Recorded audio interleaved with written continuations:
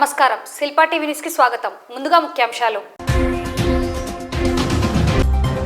ఔత్సాహిక మహిళా పారిశ్రామికవేత్తలను ప్రోత్సహించాలని పేర్కొన్న జిల్లా కలెక్టర్ రాజ్కుమారి గనియా. ఫోక్సో చట్టంపై అవగాహన సదస్సు. తాత్కాలికమైన సంతోషం, ఆనందం కోసం యువత కటకటాల పాలు కావద్దని సూచించిన నంద్యాల జిల్లా principal senior civil judge Radharani. భక్తి శ్రద్ధలతో శ్రీ జగజ్జనని ప్రతిష్ట షోడశ వార్షికోత్సవ పూజలు ప్రారంభం. జనగణనలో భాగంగా కులగణన చేపట్టాలని డిమాండ్ చేస్తూ రౌండ్ టేబుల్ సమావేశం. ఈ నెల 8వ తేదీ జాతీయ లోక్ అదాలత్. రాజీయే రాజమార్గం అని పేర్కొన్న 3వ అదనపు జిల్లా జడ్జి. ఎస్డిపిఐ కార్యాలయంపై ఈడీ సోదాలు.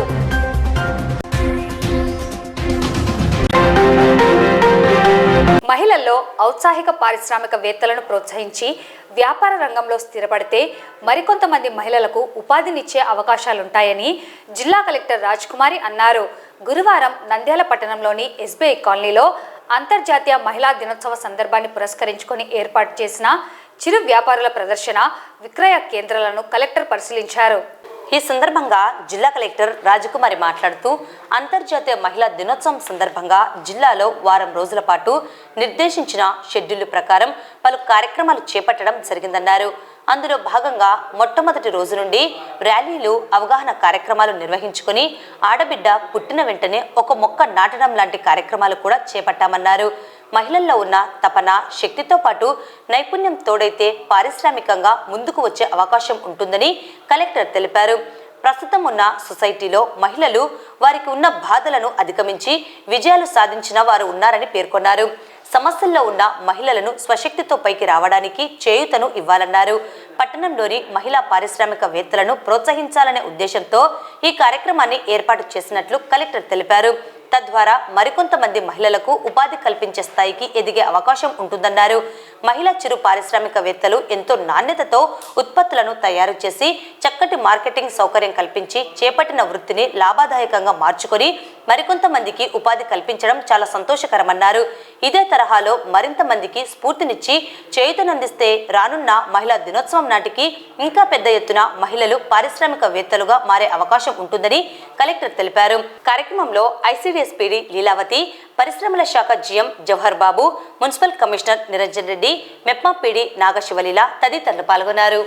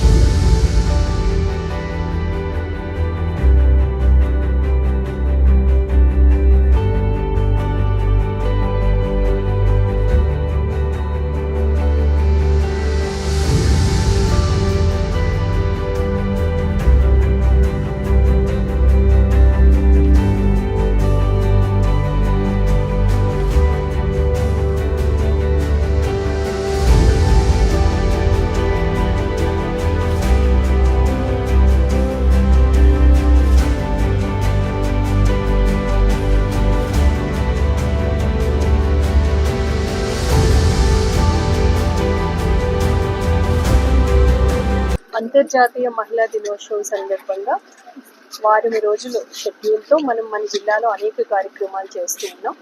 మొట్టమొదటి రోజు అవగాహన కార్యక్రమాల ద్వారా ర్యాలీ ఒకటి చేసుకొని ఆడబిడ్డ పుట్టిన వెంటనే ఒక మొక్క నాటాలి అన్న కాన్సెప్ట్తో మనము ముందుకు వెళ్ళాం.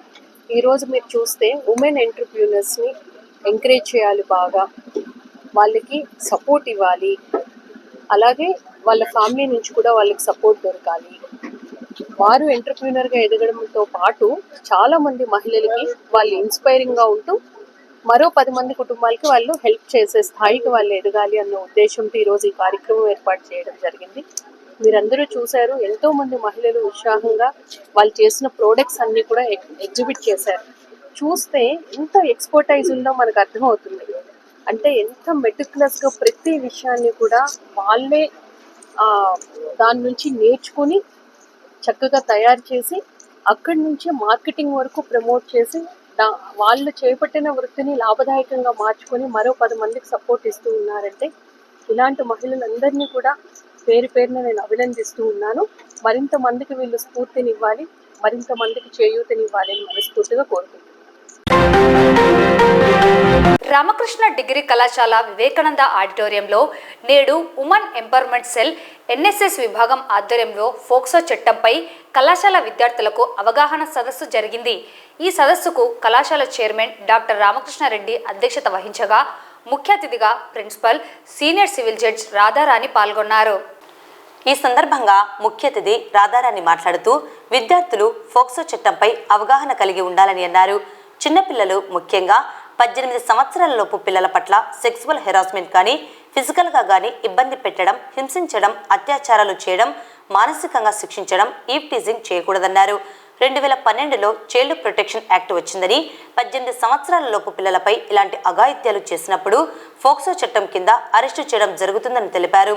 ఈ చట్టము చాలా శక్తివంతమైనదని, నాన్ బెయిలబుల్ మరియు అరెస్టు వారెంట్ ఉంటుందని అన్నారు. 18 సంవత్సరాలలోపు పిల్లల్ని సెక్సువల్గా హింసించడం కానీ, అత్యాచారం చేయడం కానీ, ఫోర్నోగ్రఫీకి ఉపయోగించడం కానీ ఇలాంటివన్నీ కూడా చేయకూడదని తెలిపారు. ఒకవేళ అత్యాచారానికి, లైంగిక దాడికి గురైనప్పుడు 18 సంవత్సరాలలోపు ముఖ్యంగా ఆడపిల్లలు వాళ్ళ పేర్లు కానీ, వాళ్ళకి సంబంధించిన వివరాలు మీడియాలో కానీ ఇతరత్ర ఎక్కడ బహిర్గతం చేయకూడదని, దీనికి సంబంధించిన ఫోక్సో చట్టం ఎంతో శక్తివంతమైనదని, దీనికి ప్రత్యేకమైన కోర్టులు ఉన్నాయన్నారు. ఇలాంటి కేసులు కోర్టులలో చాలా తొందరగా ట్రయల్స్ జరిగి న్యాయం జరిగేటట్టుగా కృషి చేస్తాయని తెలిపారు. ఈ చట్టం 18 సంవత్సరాల లోపు ఆడపిల్లలు కానీ, మగపిల్లలు కానీ ప్రతి స్టేజిలో వాళ్ళను సంరక్షిస్తూ వాళ్ళు పెరగడానికి స్వేచ్ఛాయుత వాతావరణాన్ని, న్యాయ సంరక్షణ కలిగించడం దీని ఉద్దేశమని అన్నారు. ఆడపిల్లలు సాంప్రదాయ దుస్తులు, చక్కటి వేషధారణ కలిగి ఉండాలని, చిన్నతనం నుండి మంచి క్రమశిక్షణ కలిగి ఉండాలని సూచించారు. కార్యక్రమంలో అసిస్టెంట్ ప్రొఫెసర్ ప్రగతిరెడ్డి, కళాశాల అధ్యాపకులు డాక్టర్ కుమార్, డాక్టర్ లలిత సరస్వతి, మహేష్ గుప్తా, హిమబిందు, మురళీధర్, శ్రీకాంత్, కళాశాల విద్యార్థులు పాల్గొన్నారు. మన హైకోర్టు ఆదేశాలు, సుప్రీంకోర్టు ఆదేశాల ప్రకారం పోక్సో యాక్ట్ 2012 గురించి అవేర్నెస్ తీసుకురావాలి. ఎస్పెషలీ పిల్లల దగ్గర నుండి, పెద్దవాళ్ళ దగ్గర నుండి తెలుసుకునే అవగాహన మనము కల్పించే ప్లాట్ఫామ్ కోసం ఇప్పుడు మనం ఇలా వచ్చాము. స్టూడెంట్స్, మీరు తెలిసిందే ఏమంటే రేపటికి మీరు సమాజానికి, మన ఇండియాకి, సొసైటీకి ఎంతో అవసరం. మీరే రేపు భావితరాల్లో, మేమైతే 40sలో ఉన్నాం, మీరు టీనేజ్లలో ఉన్నారు కాబట్టి మీ దృక్పథం, కమిట్మెంట్, మీరు చేసే ప్రతి యాక్ట్ సొసైటీకి, మన నేషన్కి పేరు తీసుకురావాలంటే మీకు అవేర్నెస్ అనేది ఖచ్చితంగా కావాలనే ఉద్దేశంతోనే ఈ ప్రోగ్రామ్స్ పెట్టడం జరుగుతుంది. ఎస్పెషలీ ఉమెన్కి, చైల్డ్కి, వాళ్ళకి మనకి కాన్స్టిట్యూషన్లో ఉన్నటువంటి ఆర్టికల్ 15 కావచ్చు, పిల్లలకి సంబంధించిన ప్రొటెక్షన్ రైట్స్ని తీసుకొని ప్రొటెక్ట్ చేసుకోవడం కోసము ఇది తీసుకురావాలి అనేది మన జిల్లా జడ్జి గారు, మన 3rd అడిషనల్ డిస్ట్రిక్ట్ జడ్జి గారు మాకు ఆదేశించడం వల్ల ఇక్కడ మీకు వచ్చాం. ఇది యాక్చువల్గా మెయిన్ ఎందుకు వచ్చింది పోక్సో యాక్ట్, ఏమేమి మెయిన్ కాన్సెప్ట్స్ ఏంటి అంతా చెప్పలేకపోయినా, ఎందుకంటే మీకు కావలసిన అవగాహన వరకు నేను చెప్తాను. నాకు ఈ విషయం తెలీదు, ఈ చట్టం మీద నాకు అవగాహన లేదు అని ఎవరు చెప్పినా కానీ చట్టం దాన్ని అంగీకరించదు. Ignorance of law is no excuse. So every citizen, every student should know the law. చట్టం అంటే ఏమి అనేదని తెలుసుకోవాలి. కాబట్టి మీకు ఈరోజు ఈ దీంట్లో చెప్తాను. చిల్డ్రన్ అంటే మీకు చెప్పేది ఏమంటే, చట్టంలో ఏం చెప్తుందంటే 2D ప్రకారము 18 ఏండ్ల పిల్లలు, ఆడవాళ్ళు కావచ్చు మగపిల్లలు కావచ్చు, ఎప్పుడు లోపల 18 years లోపల వాళ్ళకి ఎటువంటి అయినా లైంగికమైన నేరాలు నుండి రక్షించడానికి ఈ చట్టం వచ్చింది. ఇది యాక్ట్ 32 ప్రకారము మనకు 2012లో దీన్ని మనకి తీసుకొని వచ్చారు. 19/6/2012లో దీనికి తీసుకురావడానికి కారణం ఏంటి అంటే, మన India general assembly, United states ఉన్నాయి కదా, అన్ని స్టేట్స్ కలిపి యునైటెడ్ నేషన్స్ అంతా కలిపి వచ్చేసి జనరల్ అసెంబ్లీ అనేది పెట్టుకొని, దాంట్లో ఈ చిల్డ్రన్కి మనం రైట్స్ని ఎంతవరకు క్రియేట్ చేయగలము, వాళ్ళు ఎంతవరకు రికగ్నైజ్ చేయగలుగుతాం, ఎంతవరకు రక్షణ ఇవ్వగలుగుతాం అనే దాని చర్చల్లో ఆమోదాలు తీసుకొని, దాని ప్రకారము 11th December 1992లో తీసుకున్నటువంటి యాక్సెప్టెన్స్ ప్రకారం తీసుకొని వచ్చినటువంటి ఆలోచనలలో పెద్దవాళ్ళు క్రియేట్ చేసిన చట్టం ఇది. ఎందుకు వీళ్ళకి మాత్రమే, పిల్లలకి 18 years boys and girls irrespective of gender ఇద్దరు కలిసి. అంటే చైల్డ్ అంటే ఏమంటే ఫిజికల్గా అడల్ట్గా ఉండేంత ఫిజికల్ స్ట్రెంగ్త్, మెచ్యూరిటీ వాళ్ళకు ఉండదు. కాబట్టి వాళ్ళు వనరబుల్ దీని కిందకు వస్తారు. కాబట్టి అంటే ఎవరన్నా ఏదైనా హాని చేసినా కానీ ప్రొటెస్ట్ చేసే అంత శక్తి, ఆలోచన ఉండదు. కాబట్టి వాళ్ళకి మనము ప్రొటెక్షన్ ఇవ్వాలి. మెయిన్ ఆ ప్రొటెక్షన్లో మెయిన్ ఏముంటుంది, దీంట్లో 4 aspects మెయిన్ ఆబ్జెక్ట్ ఏమంటే, చైల్డ్కి సెక్షువల్ అసాల్ట్ అనేది జరగకూడదు. జరిగిందంటే అది నేరము, పనిష్మెంట్ ఉంది. అదేవిధంగా చైల్డ్కి సెక్షువల్ హెరాస్మెంట్ అనేది ఉండకూడదు. చైల్డ్ అంటే నేను ఎందుకు చెప్తున్నాను, 18 years పిల్లల పైన, plus rape including penetration rape. దాని తర్వాత ఇంకోటి ఏమంటే, ముందు ఈ చట్టం వచ్చినప్పుడు అయితేనా చైల్డ్ పోనోగ్రఫీ అనేది ఉండేది.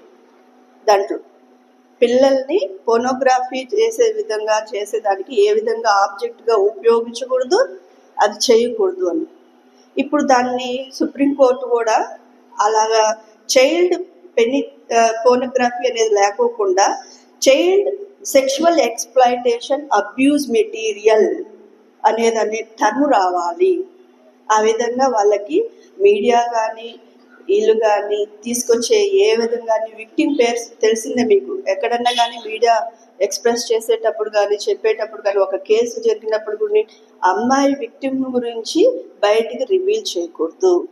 ఎదర్ ఫిజికల్గా కానీ పేరు కానీ దాంట్లో చేయడానికి ఉండదు. అలాగా వాళ్ళని ఈ ఎక్స్‌ప్లాయిటేషన్ నుండి మనము ఎలాగ ప్రొటెక్ట్ చేసుకోవాలా. ఫస్ట్ మనము సిటిజన్స్. చట్టం ఏం చెప్తుందంటే, ప్రతి సిటిజన్కి క్రైమ్ చేసే విషయం తెలిసినా, అక్కడ అప్రహెన్షన్ అంటే అవ్వచ్చు అనే ఒక సిచ్యువేషన్స్ క్రియేట్ అయినా, it is your duty, bound and duty to inform to the nearest police. ఇప్పుడు అన్నీ 100 ఉన్నాయి, ఇవన్నీ మీకు అన్నీ తెలుసు దేంట్లో చేయాలనేసి. అట్ ద సేమ్ టైం దీంట్లో కూడా ఎక్కడైతే ఎక్స్‌ప్లాయిటేషన్ జరుగుతుందో, ఎక్కడైతే చైల్డ్ అసాల్ట్, సెక్షువల్ అసాల్ట్ జరుగుతుందో, చైల్డ్ సెక్షువల్ హెరాస్మెంట్ జరుగుతుందో, ఇలా జరుగుతున్న విషయాలు మనము ఆ యూనిట్కి చెప్పే బాధ్యత, ప్రథమైన బాధ్యత మనము అక్కడ ప్రివెంట్ చేసేదానికి మీ చేతుల్లో ఉంది. కాబట్టి మీరు దాన్ని ఖచ్చితంగా మీరు డైరెక్ట్గా చెప్తే, మన రామకృష్ణ డిగ్రీ కళాశాలలో గవర్నమెంట్ తరపున ఆర్గనైజ్ చేసిన legal awareness programme on POCSO act అనే ప్రోగ్రామ్ నిర్వహించడం జరిగింది. దీనికి ముఖ్య అతిథిగా రాధారాణి మేడం రావడం జరిగింది. అలాగే పాక్సో అనే కేసు ఇప్పుడు ఎంత వరకు డేంజరస్ అనేది మనం ఇప్పుడు మీడియాలో చూస్తూనే ఉన్నాము, సోషల్ మీడియాలో. ఇది పాక్సో కేసు అనేది protection of children under sexual assault అనేది. సో ఇది కేసు ఒక వివరాలు మేడం చెప్పడం జరిగింది. దాని లీగల్ ఫార్మాలిటీస్ ఏంటి, లీగల్గా ఎలా ప్రొసీడ్ అవ్వాలి, ఒకవేళ పాక్సో కేసు ఎంత స్ట్రాంగ్ అనే దాని గురించి మేడం చాలా చక్కగా వివరించడం జరిగింది. పిల్లలకి ఎలా, అమ్మాయిలు ఎలా ఎంత సేఫ్గా ఉండాలి. ఇది పాక్సో కేసు అనేది ఓన్లీ అమ్మాయిలకే కాదు, అండర్ 18 ఉన్న అమ్మాయిలు, ఇట్ ఇస్ జెండర్ న్యూట్రల్, అంటే అమ్మాయిలైనా అబ్బాయిలైనా ఇలాంటి కేసుని మనము వేయచ్చు. పాక్సో కేసు వాళ్ళకి ఎటువంటి ఇబ్బంది జరిగినా మనము ఇప్పుడైతే చూస్తూనే ఉన్నాము. మనకి ఎలా ఉంటుందని పిల్లలు, మైనర్ బాలికలు కానీ పిల్లలు అబ్బాయిలు కానీ బస్సులో వెళ్ళేటప్పుడు, బస్ స్టాప్లో కానీ, కాలేజెస్లో కానీ, స్కూల్స్లో కానీ ఎక్కడ జరిగినా అసాల్ట్, సెక్షువల్ అసాల్ట్, పోర్నోగ్రఫీ ఇవి ఎక్కువైనాయి. ఫోటో మార్ఫింగ్లు చేయడం ఇవన్నీ ఎక్కువైనాయి. దీనికోసం మన చట్టము ఒక స్పెషల్ యాక్ట్ పెట్టింది, అది పాక్సో యాక్ట్. దీని ప్రకారం చట్టం ప్రకారం ఎలాంటి శిక్షలు వేయచ్చు, ఎంత స్ట్రిక్ట్గా అనుకుంటే లీగల్ అవేర్నెస్ క్రియేట్ చేయడానికి మేడం రావడం జరిగింది కళాశాలకి. సో ఇలాంటి మంచి కార్యక్రమాలు మరెన్నో జరుపుతామని కాలేజ్ తరపున పిల్లలకి ఇంకా మంచి అవేర్నెస్ క్రియేట్ చేయాలని, సమాజానికి కూడా ఈ పిల్లలు మంచి భవిష్యత్తుగా నెక్స్ట్ వెళ్తారు కాబట్టి సో ఇలాంటి జనరల్ అవేర్నెస్ ప్రోగ్రామ్స్ చాలా కండక్ట్ చేస్తాము. ఇలానే పిల్లలు కూడా యాక్టివ్గా పార్టిసిపేట్ చేసి ఇంకా మంచి చీఫ్ గెస్ట్ని అన్ని పిలిచి మేము ముందుగా కార్యక్రమం జరుపుతాం. Thank you. ప్రపంచంలోనే నిత్య పూజలు అందుకుంటున్న నంద్యాలలోని 2వ శ్రీ జగజ్జనని దేవాలయం నందు భక్తి శ్రద్ధలతో శ్రీ జగజ్జనని ప్రతిష్ట షోడశ వార్షికోత్సవ పూజలు ప్రారంభమయ్యాయి. గురువారం నుండి సోమవారం వరకు పంచాహ్నిక దీక్షతో నంద్యాల పట్టణంలో కొలువు చేసి ఉన్న శ్రీ జగజ్జనని దేవి ప్రతిష్ట షోడశ వార్షికోత్సవం పూజలు దత్తాత్రేయ శర్మ ఆధ్వర్యంలో జరుగుతున్నాయి. నేటి ఉదయం 8 గంటల నుండి గణపతి పూజ, పుణ్యహవాచనము, శాలా ప్రవేశము, ఋత్విగ్వరణములు, మంటప పూజాధికము, కలశ స్థాపన, అమ్మవారికి అభిషేకము, మహామంగళహారతి నిర్వహించారు. సాయంత్రం అగ్ని ప్రతిష్టాపన, దీక్ష హోమము, ప్రదోష పూజ. శుక్రవారం ఉదయం ప్రభాత పూజ, శ్రీ జగజ్జనని అమ్మవారికి సహస్ర కలశ క్షీరాభిషేకం, మహామంగళహారతి. సాయంత్రం ప్రదోష పూజ, మంగళహారతి. శనివారం ఉదయం ప్రభాత పూజ, సహస్రనామ కుంకుమార్చన, మహామంగళహారతి, ప్రదోష పూజ, మంగళహారతి. ఆదివారం ఉదయం ప్రభాత పూజ, నావవరణ పూజ విధితో శ్రీ చక్రార్చన, మహామంగళహారతి. సాయంత్రం ప్రదోష పూజ, మంగళహారతి. సోమవారం ఉదయం ప్రభాత పూజ, చండీ హననము, బలి ప్రధానము, పూర్ణాహుతి. స్త్రీమూర్తులు, పురుషులు ఆలయ సాంప్రదాయ రీతిలో రావాలనని ఆలయ నిర్వాహకులు సూచించారు. రాష్ట్ర ప్రభుత్వం జనగణనలో భాగంగా కులగణన చేపట్టాలని వామపక్ష ప్రజా సంఘాలు ప్రభుత్వాన్ని డిమాండ్ చేస్తూ సిపిఐ ఆంధ్రప్రదేశ్ చేతి వృత్తిదారుల సంఘం ఆధ్వర్యంలో జనగణన కులగణన చేపట్టాలని డిమాండ్ చేస్తూ వామపక్ష రాజకీయ ప్రజా సంఘాల నాయకులు రౌండ్ టేబుల్ సమావేశం నిర్వహించడం జరిగింది. అభివృద్ధి ఫలాలు అన్ని కులాల వారికి సమానంగా అందాలంటే కులగణన చేపట్టాలని కోరారు.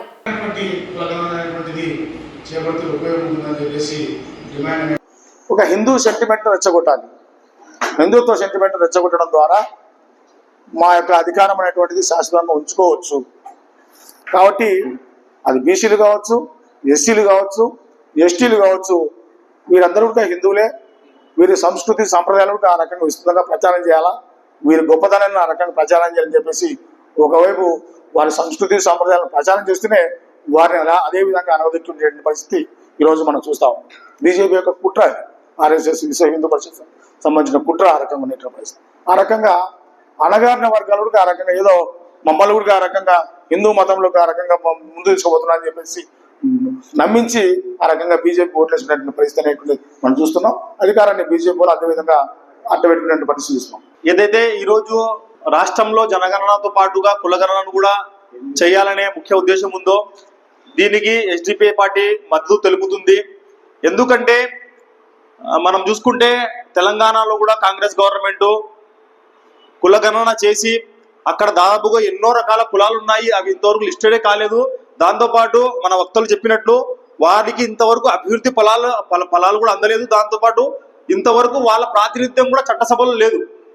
ఈరోజు ఏదైనా కమ్యూనిటీ బాగుపడాలన్నా, ఏదైనా ఒక కులం కానీ, ఏదైనా ఒక భావజాలం కానీ బాగుపడాలన్నా, అది ముందుకు సాగాలన్నా రాజకీయంగా వాళ్ళు ఎదగాలి. రాజకీయంగా ఎదుగుతూ మాత్రమే ఆ కమ్యూనిటీ బాగుపడుతుంది. లేకుంటే వాళ్ళు ఎప్పటికీ అణగారిన వర్గాల మాదిరినే కింది స్థాయి వర్గాల మాదిరిగానే మిగిలిపోతారు. ఈ కులగణన యొక్క ముఖ్య ఉద్దేశం ఏమంటే అభివృద్ధి ఫలాలు అందరికీ సమానంగా అందాలి. మనం చూసుకుంటే ఈరోజు భారతదేశము దాదాపుగా స్వతంత్రం వచ్చి 76 సంవత్సరాలు పూర్తయినా కూడా అభివృద్ధి ఫలాలు కేవలం 1 లేదా 2% ఏదైతే అప్పర్ కాస్ట్ ఉందో వాళ్ళకు మాత్రమే అందుతున్నాయి. మీరు ఎగ్జాంపుల్ చూసుకోండి, PMO office, prime minister office లో 99% కేవలం ఒకే ఒక క్యాస్ట్. 99% ఏదైతే ఐపీఎస్ ఆఫీసర్లు కానీ ఐఏఎస్ ఆఫీసర్లు కానీ అక్కడ అడ్మిన్ ఉన్నారో కేవలం ఒకే క్యాస్ట్ 99%. ఈరోజు ఇదే మూర్ఖులు, ఇదే మతోన్మాదులు, ఇదే మతోన్మత ఫాసిస్ట్ గవర్నమెంట్ ఏమంటున్నారంటే దేశంలోనే ఏమంటారు రిజర్వేషన్లు తీసేయాలి. రిజర్వేషన్లు ఉంటేనే ఈ పరిస్థితి ఉంది పార్లమెంట్ లో, పిఎంఓ ఆఫీస్ లో. అదే రిజర్వేషన్లు తీసేసి ఇంకే పరిస్థితి ఉంటుంది. దీన్ని ప్రతి ఒక్క అభ్యుదయవాది, ప్రతి ఒక్క మానవతావాది ఖండించాలి. తెలంగాణ రాష్ట్ర ప్రభుత్వం మాదిరి మన రాష్ట్రంలో కూడా ఆంధ్రప్రదేశ్ లో కులగణన చేపట్టాలని చేతుర్తిదార సమాఖ్య భారత కమ్యూనిస్ట్ పార్టీ ఆధ్వర్యంలో మరి నంద్యాలలో రౌండ్ టేబుల్ సమావేశం జరుగుతుంది. మరి స్వాతంత్రం వచ్చి 77 సంవత్సరాలు గడిచినప్పటికీ మరి ఈనాటికి కూడా ఈ దేశ అభివృద్ధిలో కీలకమైనటువంటి పాత్ర పోషిస్తున్నటువంటి శ్రమజీవులైనటువంటి మరి దళితులు, బలహీన వర్గాలు, అదేవిధంగా మైనార్టీలు, ఈ ప్రజానీకమంతా కూడా నిరంతరం కూడా శ్రమిస్తున్నప్పటికీ కూడా వారి యొక్క ఆర్థిక, సామాజిక, రాజకీయ మరి జీవితాల్లో ఎలాంటి మార్పు రావడం లేదు. దేశం ఎంత అభివృద్ధి చెందినా అభివృద్ధి ఫలితాలు అనేటివి కేవలం కొద్ది మంది కార్పొరేట్ చేతుల్లో మాత్రమే. ఈ దేశ సంపద అంతా కూడా 99% చెందాల్సినటువంటి దేశ సంపద అంతా కూడా 1% కార్పొరేట్ వ్యాపారులకే ఈరోజు అందుతా ఉంది. వారే బాగుపడతా ఉన్నారు. అందుకే ఈ జరుగుతున్నటువంటి ఈ అన్యాయాన్ని తప్పనిసరిగా సరిదిద్దాలంటే ఇప్పటి వరకు మరి భారత రాజ్యాంగంలో నిర్మాత అయినటువంటి బిఆర్ అంబేద్కర్ గారు రాసినటువంటి రాజ్యాంగం అమలు వచ్చిన తర్వాత మరి నిజంగా ఎవరికి ఉపయోగపడతా ఉన్నాయి, దేశ అభివృద్ధి ఫలితాలు ఎంతమందికి చేరాయి, ఉద్యోగాల్లో కానీ, చదువులో కానీ, అదేవిధంగా ఉపాధిలో కానీ, మరి వివిధ రాజ్యాంగ సంస్థలు ఉన్నటువంటి చట్ట సభల్లో కానీ, స్థానిక సంస్థల్లో కానీ ఏ వర్గాలకి ప్రాతినిధ్యం వచ్చింది, ఏ వర్గాలకి రాలేదు, ఈ అంశాలన్నిటి కూడా సమగ్రంగా మరి రేపు రాబోయే రోజుల్లో తెలుసుకోవడానికి అనుకూలంగా ఎవరైతే ఇప్పటి వరకు కూడా మరి ఆ పదవులు అనుభవించినటువంటి వాళ్ళు కానీ, చట్టసభల్లో కనీసం స్థానిక సంస్థలు కూడా ప్రాతినిధ్యం వహించినటువంటి వారికి ఉన్నత విద్యలో, అదేవిధంగా అన్ని రంగాల్లో మరి ఈరోజు అన్ని వర్గాలు మరింత ప్రాతినిధ్యం రావాలి. ఈ నెల 8వ తేదీ జాతీయ లోక్ అదాలత్ నిర్వహిస్తున్నట్లు నంద్యాల 3వ అదనపు జిల్లా జడ్జి వాసు పేర్కొన్నారు. కక్షిదారులు రాజమార్గంగా ఎంచుకొని కేసులను సత్వరంగా పరిష్కరించుకునేందుకు జాతీయ లోక్ అదాలత్ను సద్వినియోగం చేసుకోవాలని కోరారు. ప్రధానంగా చెక్ బౌన్స్ కేసులు, ప్రామిసరీ నోట్ కేసులు, భాగస్వామ్య పరిష్కారం, యాక్సిడెంట్ కేసులు తదితర కేసులను పరిష్కారం చేసుకోవడం జరుగుతుందని అన్నారు. పరస్పరం అంగీకారంతో కేసులను రాజీ చేసుకోవాలని పిలుపునిచ్చారు.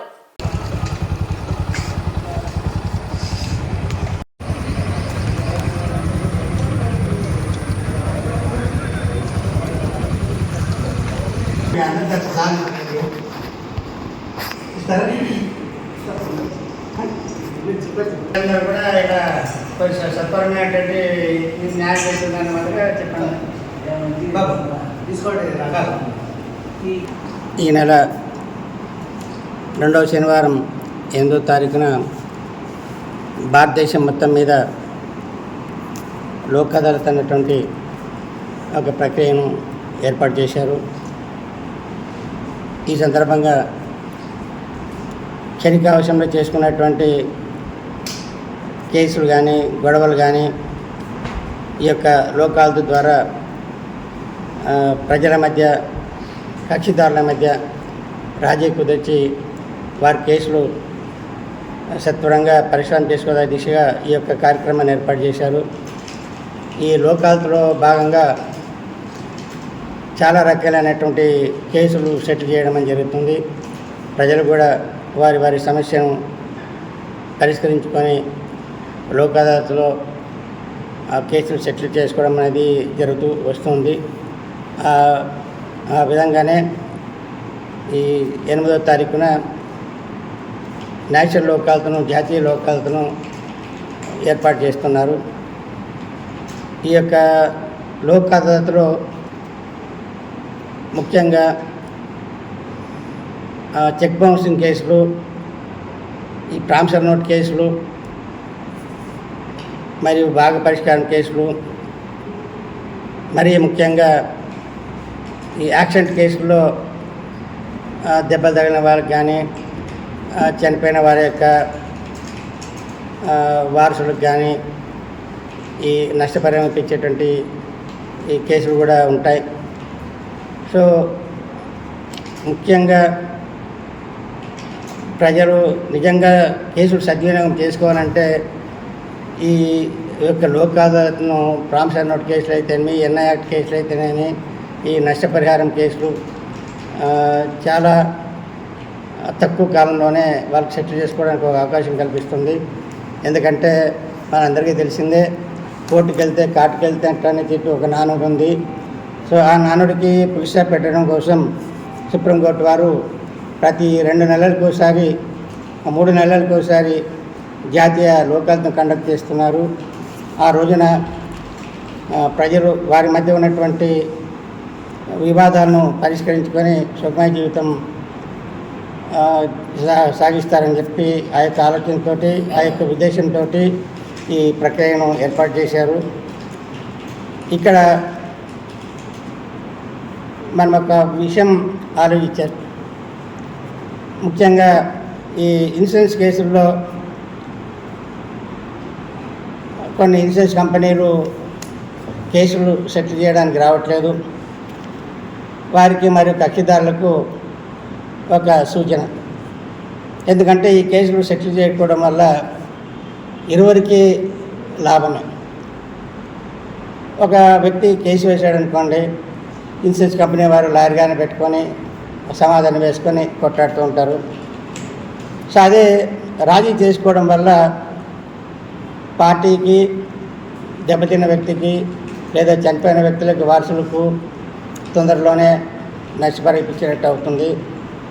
అక్కడ ఒక విషయం ఏమంటే, కేసు జనరల్గా కేసులో ప్రజలు కొట్లాడి, ఇన్సూరెన్స్ కంపెనీ కానీ ప్రజలు కానీ కొట్లాడి తీర్పు తీసుకుంటే అక్కడ కోర్టు వారు నష్టపరిహారాన్ని వడ్డీతో సహా కేసు వేసినప్పటి నుంచి కట్టించాలని చెప్పి ఆర్డర్ వేస్తారు. అదే మనం లోక్ అదాలత్లో సెటిల్ చేసుకుంటే ఇన్సూరెన్స్ కంపెనీ వాళ్ళకు కూడా లాభం ఉంది.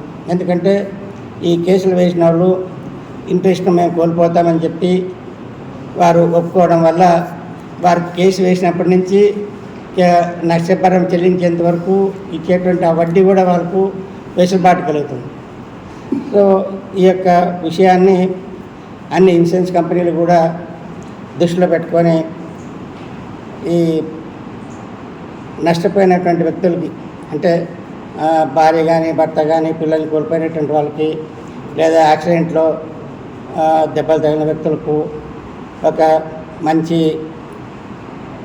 న్యాయం చేసినటువంటి విధంగా కూడా వారు ఆ విధంగా కూడా ఆలోచించి కేసును సెటిల్ చేయడానికి చేయవలసిందిగా ఈ సందర్భంగా అందరికి కూడా కోరమైంది.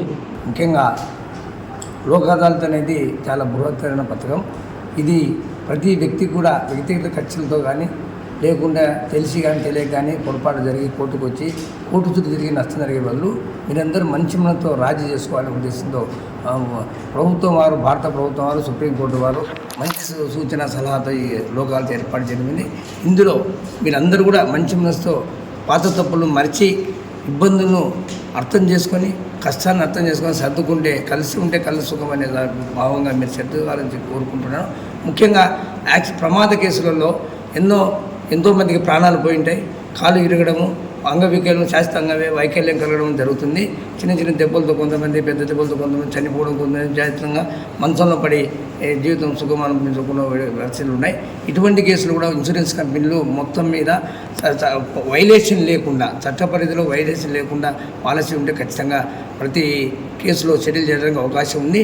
ఆ విధంగా చాలా కేసులు ఇంతవరకు దాదాపు ఎన్నో కేసులు ఎన్నో లోకాలతో సెటిల్ చేయడం జరిగింది. ఇటీవల ఢిల్లీలోని ఎస్డిపిఐ జాతీయ అధ్యక్షుడు ఎస్కే ఫైజీని ఈడీ అధికారులు అరెస్ట్ చేసిన ఘటన జరిగిన విషయం విదితమే. నేడు నంద్యాల అసెంబ్లీ ఎస్డిపిఐ కార్యాలయంలో ఈడీ అధికారులు సోదాలు నిర్వహించారు. ఈ సోదాల్లో భాగంగా కార్యాలయానికి భారీగా ఎస్డిపిఐ కార్యకర్తలు చేరడంతో పోలీసులకు కార్యకర్తలకు కొంత వాగ్వాదం చోటు చేసుకుంది. కార్యాలయంలో ఎటువంటి చట్ట వ్యతిరేకమైనవి లభించలేదని, కేవలం జెండాలు, పార్టీ కరపత్రాలు మాత్రమే ఉన్నాయని ఎస్డిపిఐ నంద్యాల అసెంబ్లీ అధ్యక్షుడు ఏజాక్ హుసేన్ పేర్కొన్నారు. ప్రజా వ్యతిరేక విధానాలపై పోరాటాలు సాగిస్తామని, చట్టపరంగా తాము న్యాయ పోరాటం చేస్తుంటే బీజేపీ ప్రభుత్వం తమ నాయకులపై, కార్యాలయాలపై ఈడీ చేత దాడులు, సోదాలు చేయడాన్ని తీవ్రంగా ఖండిస్తున్నామన్నారు. ఎటువంటి దాడులు, సోదాలు చేసినా ఎవరికి భయపడేది లేదని, ప్రజల పక్షాన నిలబడతామని పేర్కొన్నారు.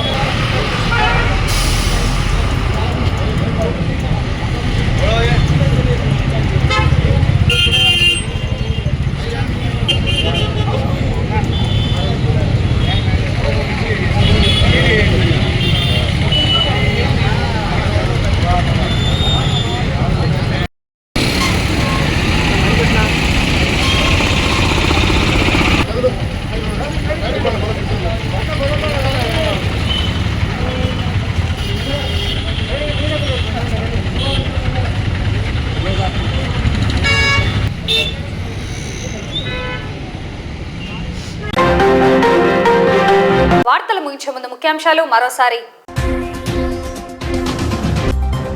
ఔత్సాహిక మహిళా పారిశ్రామికవేత్తలను ప్రోత్సహించాలని పేర్కొన్న జిల్లా కలెక్టర్ రాజ్కుమారి గనియా. ఫోక్సో చట్టంపై అవగాహన సదస్సు. తాత్కాలికమైన సంతోషం, ఆనందం కోసం యువత కటకటాల పాలు కావద్దని సూచించిన నంద్యాల జిల్లా principal senior civil judge Radharani. భక్తి శ్రద్ధలతో శ్రీ జగజ్జనని ప్రతిష్ఠ షోడశ వార్షికోత్సవ పూజలు ప్రారంభం. జనగణనలో భాగంగా కులగణన చేపట్టాలని డిమాండ్ చేస్తూ రౌండ్ టేబుల్ సమావేశం. ఈ నెల 8వ తేదీ జాతీయ లోక్ అదాలత్. రాజీయే రాజమార్గం అని పేర్కొన్న 3వ అదనపు జిల్లా జడ్జి. ఎస్డిపిఐ కార్యాలయంపై ఈడీ సోదాలు. ఈ వార్తలు ఇంతటితో సమాప్తం. నమస్కారం.